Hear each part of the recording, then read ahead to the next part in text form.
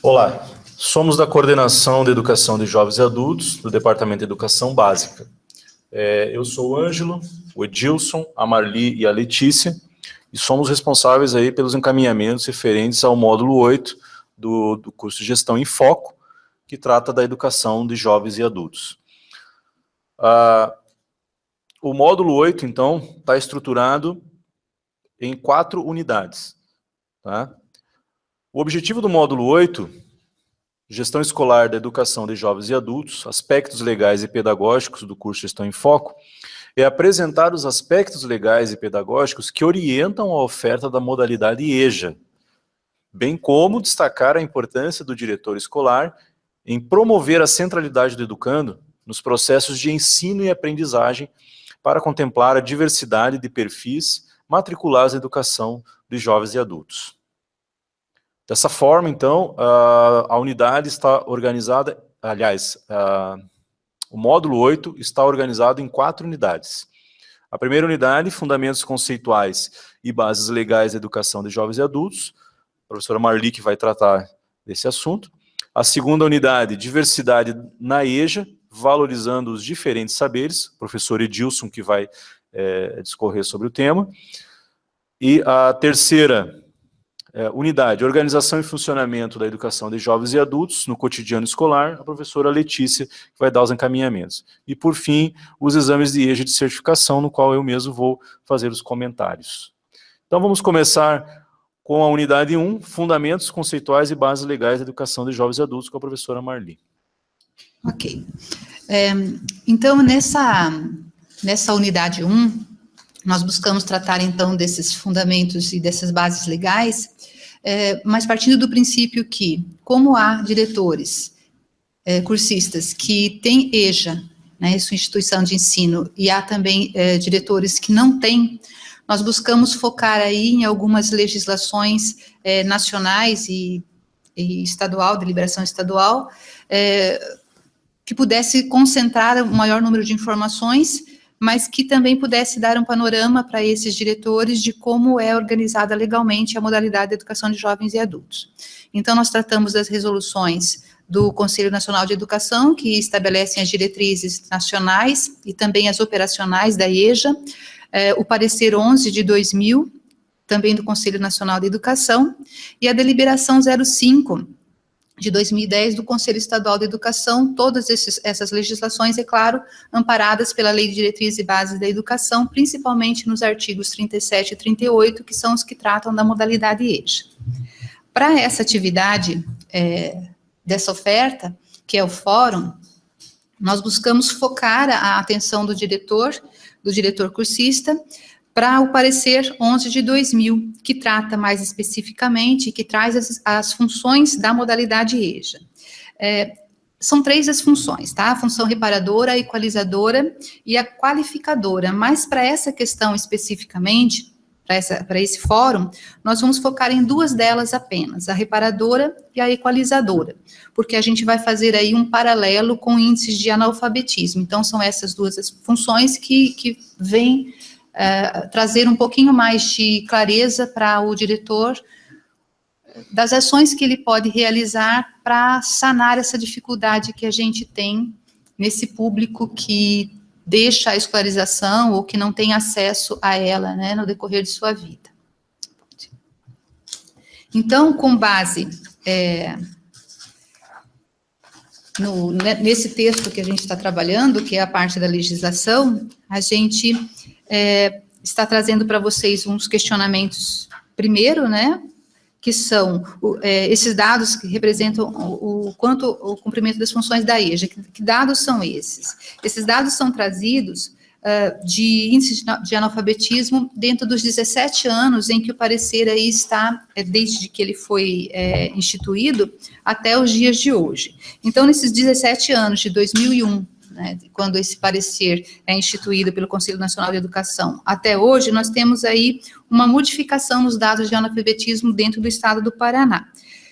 Lá em 2001, o dado era de 8,7% de analfabetos, e hoje aproximadamente 4,5%. Então, a ideia é que, nesse primeiro momento, ele relacione esses dados, né? Esses dados representam, o que esses dados representam quanto ao cumprimento das funções da EJA, que são essas 3 funções que falamos há pouco. E a outra, quais ações você, como diretor de uma instituição de ensino da rede pública do Paraná, pode realizar para contribuir com a diminuição desse índice, mesmo que não atue em uma instituição que oferta a EJA, tá? Aí a gente pede para que, em seguida, ele leia a resposta de seus colegas e interaja representando e comentando as sugestões dos outros colegas gestores cursistas. Então, o que a gente orienta aí para que vocês possam observar no fórum esse movimento de respostas dos cursistas? A primeira é que, se considerarmos, né, que houve uma passagem de 17 anos, né, da instituição do parecer 11 de 2000, e hoje os índices que temos de analfabetismo ainda, ou seja, daqueles primeiros 8,7 para hoje os 4,5, são 11 anos, e se nós pensarmos que 17 anos é tempo suficiente para que esses índices fossem zerados, né, a gente gostaria que ele, então, observasse essa questão, relacionasse as funções, certo? As 2 funções colocadas, com essa não... a gente acabou, na verdade, não atingindo nesses 17 anos esse percentual de 0 para analfabetismo no estado do Paraná. Então, a gente gostaria que ele relacionasse, nesse primeiro momento, essa situação, tá? Então, nessa primeira questão, a gente pensa que ele vai observar esses 17 anos e vai trazer que a função reparadora que está no parecer, ela trata de se considerar, né, que a gente vai reparar a ausência da escola formal para esse público, e que, portanto, então, nesses 17 anos, a gente deveria ter zerado esse índice de analfabetismo, e a gente gostaria que ele, a partir dessa reflexão, né, ele fosse para a questão 2, tá? E nessa questão 2 aí, ele percebesse que há ações que ele pode realizar para que essa função, na verdade, ela se estabeleça na modalidade, ou até fora dela, porque é o caso também de professores que não, e gestores, né, no caso, que não têm EJA, mas que podem contribuir de alguma forma com ações em suas instituições de ensino para que esse índice seja zerado. Tá? Então, nessa última questão, o que a gente espera é que ele responda a ações, então, que sejam como, por exemplo, estimular pais dos alunos, né, da instituição onde ele é gestor, os responsáveis desses alunos, os funcionários que trabalham ali, a retomarem os estudos. Então, ele pode divulgar matrícula, pode... também, como o Ângelo vai tratar daqui a pouco, estimular a questão da inscrição nos exames de EJA, ou seja, há ações que ele pode desenvolver para que possa ser atingido esse 0 de analfabetismo no Paraná. Então, em princípio, era isso. A gente passa agora para a unidade 2.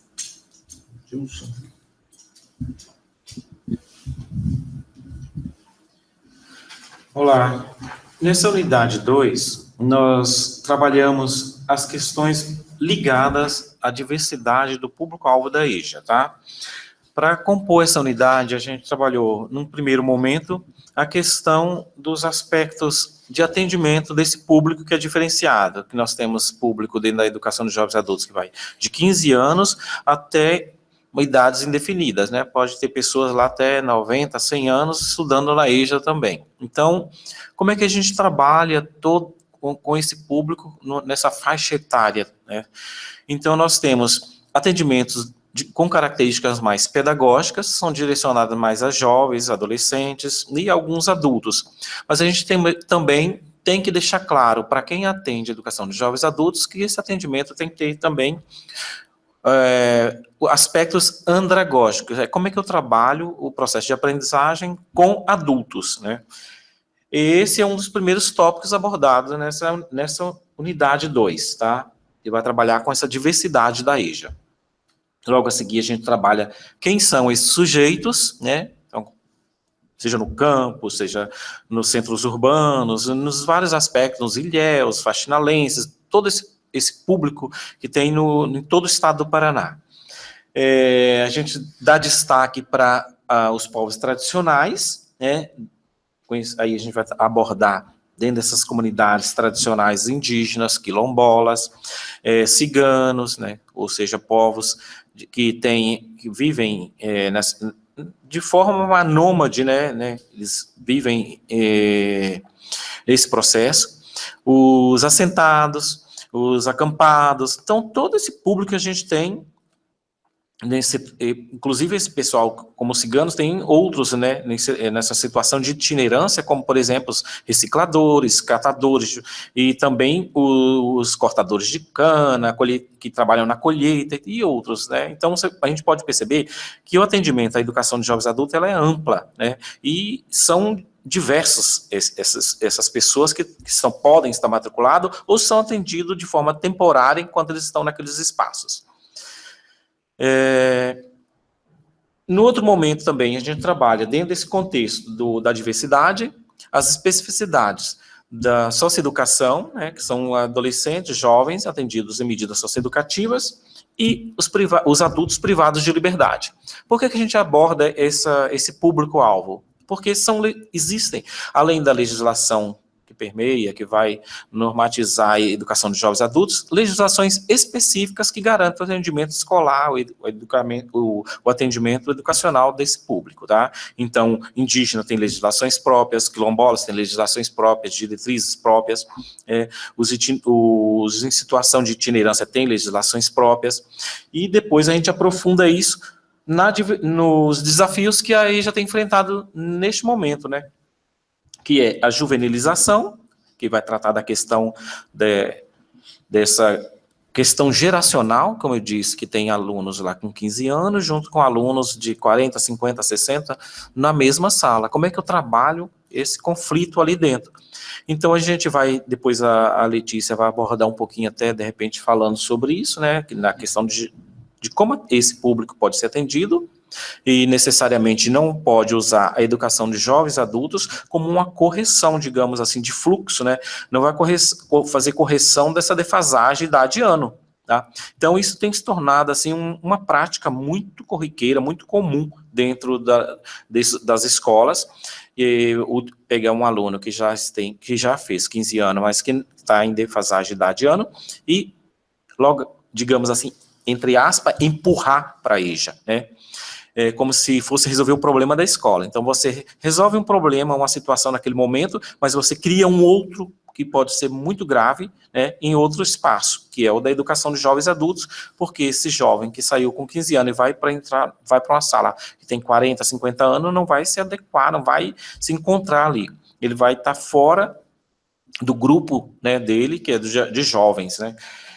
E para isso existem outras alternativas, outras formas de fazer essa adequação idade-ano.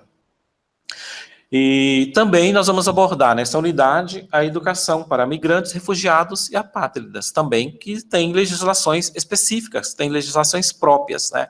Nos dois casos desse desafio, a juvenilização e a educação dos migrantes, a gente aponta quais são a melhor maneira de atender esse público, né? Na juvenilização, a gente indica ali o programa, né, próprio para isso, que é o PAI, e o PAI, né, alguns falam PAI, e na educação dos migrantes também, como é que faz para atender esse migrante, né?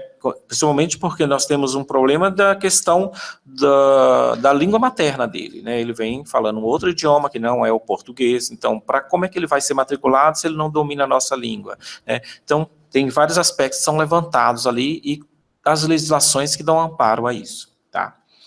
Na atividade dessa que nós vamos apresentar aqui, eu tomei como referência duas situações são bem próximas da prática do dia a dia, cotidiana das escolas, desses diretores, dessa equipe pedagógica da escola, tá?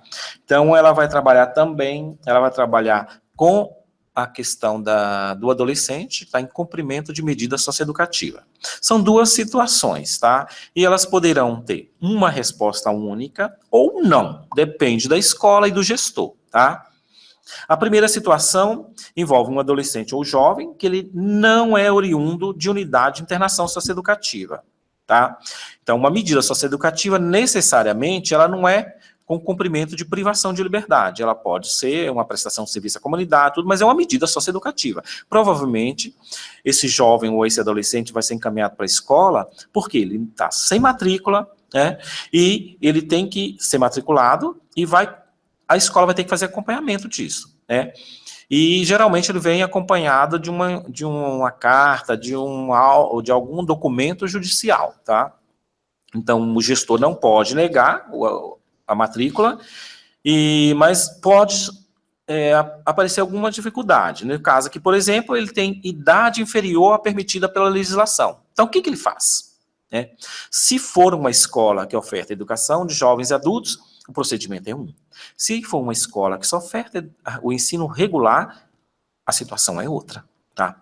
Então, prioritariamente, se ele não tem matrícula, ele não vem de unidades, não está numa unidade socioeducativa, ele tem que ser matriculado no ensino regular. Aí todo o processo, se está com defasagem de idade, isso é outro processo, vai fazer aquilo que eu falei, o programa de aceleração dos estudos, lá o PAE, vai ter que fazer outros encaminhamentos, que existem legislações próprias, a gente indica isso lá no capítulo, tá? Então, lá tem as legislações, o gestor que vai responder isso aqui, se ele é do ensino regular, aí ele vai ver, vai dizer que se o aluno estiver numa idade adequada, ele vai ser matriculado e vai começar a frequentar as aulas. Se não, ele vai ter que passar por algum processo, né? Mas, necessariamente, prioritariamente, esse aluno tem que ser matriculado no ensino regular. Se for encaminhado para uma escola de educação de jovens e adultos, como ele está com idade inferior à permitida, o procedimento vai ser outro. Aí tem também outro procedimento que tem que olhar na instrução número 10 de 2017, que é como é que eu faço para matricular um aluno com idade inferior. Então, tem todo um procedimento, tem um ofício que a escola tem que encaminhar para a Secretaria de Educação, solicitando essa matrícula no sistema SEJA, vai ser encaminhado de volta lá um código, um procedimento que eles vão fazer para devolver, para eles arquivarem na ficha individual do aluno. Então, tem todo um procedimento diferente. Então, você vê que a mesma situação pode ter mais de um procedimento. Então, vai depender do gestor da escola. Ele vai dizer o que ele vai fazer nesse caso. Mas ele não pode deixar de considerar nessa unidade, nessa situação, que o aluno está em cumprimento de medida socioeducativa. No segunda situação, o adolescente, ele vem de uma unidade, tá? Ele é oriundo de unidade de internação, tá? Ele está com matrícula ativa na EJA, lá. Tá? Então, ele estava internado, todo aluno, ou todo jovem ou adolescente que está interno num centro de socioeducação, ele é matriculado automaticamente na educação de jovens e adultos, tá? Então, ele está com matrícula na EJA quando ele sai dali, independente da idade dele. Você pode ter sido matriculado lá com idade inferior ou não, né? Pode estar em idade adequada. O que vai acontecer com esse aluno? Vai depender também, de novo, de qual a instituição de ensino que vai receber esse aluno. Se é uma instituição de ensino que lá no município que ele mora não tem EJA, só ensino regular, vai ter que passar por um procedimento para aproveitamento do estudo dele na educação dos jovens adultos. Então, vai ter que fazer uma adequação lá, e tem toda uma legislação para isso também. Se for uma instituição de ensino que oferta educação de jovens adultos, tranquilo, só faz a transferência, né? Porque lá na instituição que atende dentro da unidade socioeducativa, a instituição de educação de jovens adultos transfere o aluno para outra instituição. É mais simples, tá bom? Então, esses dois casos, eles vão ser apresentados e podem, os seus alunos lá do curso, os cursistas do curso, podem apresentar várias alternativas, que vai depender de se ele é gestor de uma escola de ensino regular, se ele é o gestor de uma escola de educação de jovens adultos, né, ou não. Como é que ele vai fazer isso? Ele vai depender da situação, né, da escola. Pode acontecer que esse gestor também já vivenciou casos assim. Então, ele pode utilizar, na hora que ele for elaborar a solução dessa situação no texto, ele pode já citar, né, os casos dele. Como é que ele foi, como é que ele fez, o que ele fez para resolver. Inclusive, é bom ele colocar isso, porque ele vai ter que postar isso aí para que os colegas possam ter acesso e dar opiniões sobre aquilo. Pode ser que ele poste a experiência dele, mas necessariamente não significa que aquela experiência foi positiva, né? Pode ser que agora, com a legislação, no caso, como eu disse, a instrução 10, naquela época não tinha, quando ele atendeu, então ele fez de outra forma, ele teve que procurar informações em outras instituições para saber, ele tentou atender da menor forma possível, e necessariamente não é a mesma, não é a melhor às vezes, né? Então, por exemplo, na segunda situação, que o aluno já estava matriculado na EJA, tá?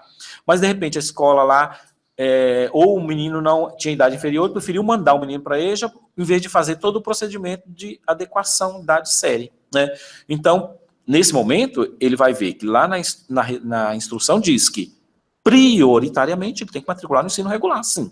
Não encaminhar ele direto para a EJA só porque ele, de repente, tem 15 anos, né, e não estava matriculado na EJA, mas eu quero que ele vá para a EJA, porque não vou colocar esse aluno que está cumprindo medida socioeducativa junto com meus alunos aqui da escola, não quero. Ou negar a matrícula. Então, ele vai perceber que não pode negar, né, essa matrícula, ele pode responder judicialmente por isso, né? Então, essa resposta de que não aceita o aluno não existe no trabalho, ele não vai poder responder isso. Então, ele vai ter que dar uma solução para o problema, e a solução não é encaminhar para outra, empurrar para outra escola, ou para outra unidade, ou para outra instituição.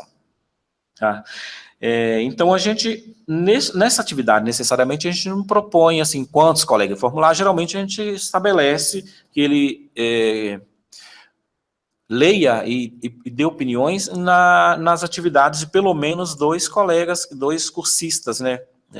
Mas aí vocês vão estabelecer como tutores, na hora de postar a atividade, o número de linhas que ele tem que preencher, o mínimo, ou se é uma lauda, e o número de comentários que ele vai ter que fazer também, ou acessos que ele vai ter que fazer. Então, não tá, aqui está, na hora da proposição, está em aberto. O tutor pode dizer, é bom vocês colocarem lá na hora que for colocar para abrir a tarefa, que vocês estabeleçam um limite, né? Porque senão fica assim, um escreve 2 linhas, outro escreve 5, outro escreve 15, outro escreve 20, ou um acessa só um, acessa 2, então é bom ter um mínimo, pelo menos, para você ter um parâmetro, tá?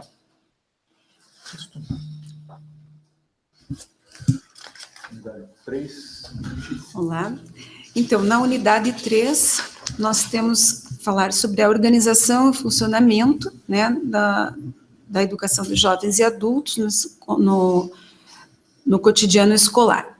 Então, o objetivo é que o cursista, ele conheça a proposta pedagógica, né, e, para tanto, ele tem que saber o que consta nas diretrizes, né, curriculares estaduais, que fala da flexibilização, né, do tempo, né, do tempo e da forma de organização da EJA. Então, é muito importante que ele saiba que não é um mini regular, né, que ele tem que organizar de uma forma que seja condizente com aquele público que ele tem. Então, existem várias possibilidades de organização. No estado do Paraná, nós temos a organização coletiva e individual. Então, e dentro dessa organização ainda, nós vamos ter outras formas, pode ser por módulo, ela pode ser por blocos. No estado do Paraná, ela está organizada por disciplinas. Então, essas 1.200 horas no ensino médio e 1.600 no ensino fundamental 2, ela está dividida em disciplinas, né? No caso do médio, são as 12 disciplinas, no fundamental são 8, e cada disciplina começa e termina. Ele pode ir para a próxima, depois de terminar uma, ou no máximo até 4. E nos outros estados, a forma de organização da EJA tem diferentes formas, nem sempre é por disciplina. Tem muitos estados que funcionam por área de conhecimento, assim como a organização do Enem, né? Eles têm a organização da EJA também desta forma, em blocos, né? Em etapas, Então, nessa atividade específica, nós estamos pedindo que o cursista ele faça um quadro de comparação entre o estado do Paraná, como é ofertada e organizada, e nos demais estados. Então, ele vai procurar, né, na internet, ele vai encontrar todas as formas dos estados do Amazonas, enfim, todos os estados têm uma forma determinada. Eu falei do Amazonas, porque lá, se ele for encontrar, tem uma forma de rádio lá que é diferente do que a do Paraná. Tem outros estados que são iguais. Então, esse é o objetivo dessa unidade, nesta tarefa, dele fazer uma comparação do que é ofertado aqui no Paraná com o que é ofertado em outros estados, né? E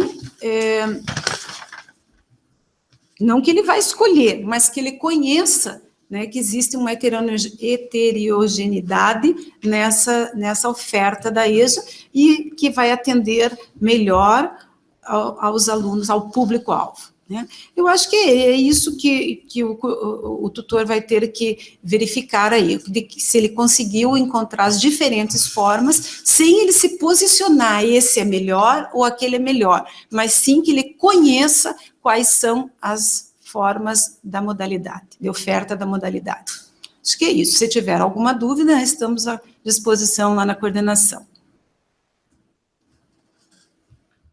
Muito bem, então vamos para a última unidade desse módulo, que é a unidade 4, exames de EJA e de certificação.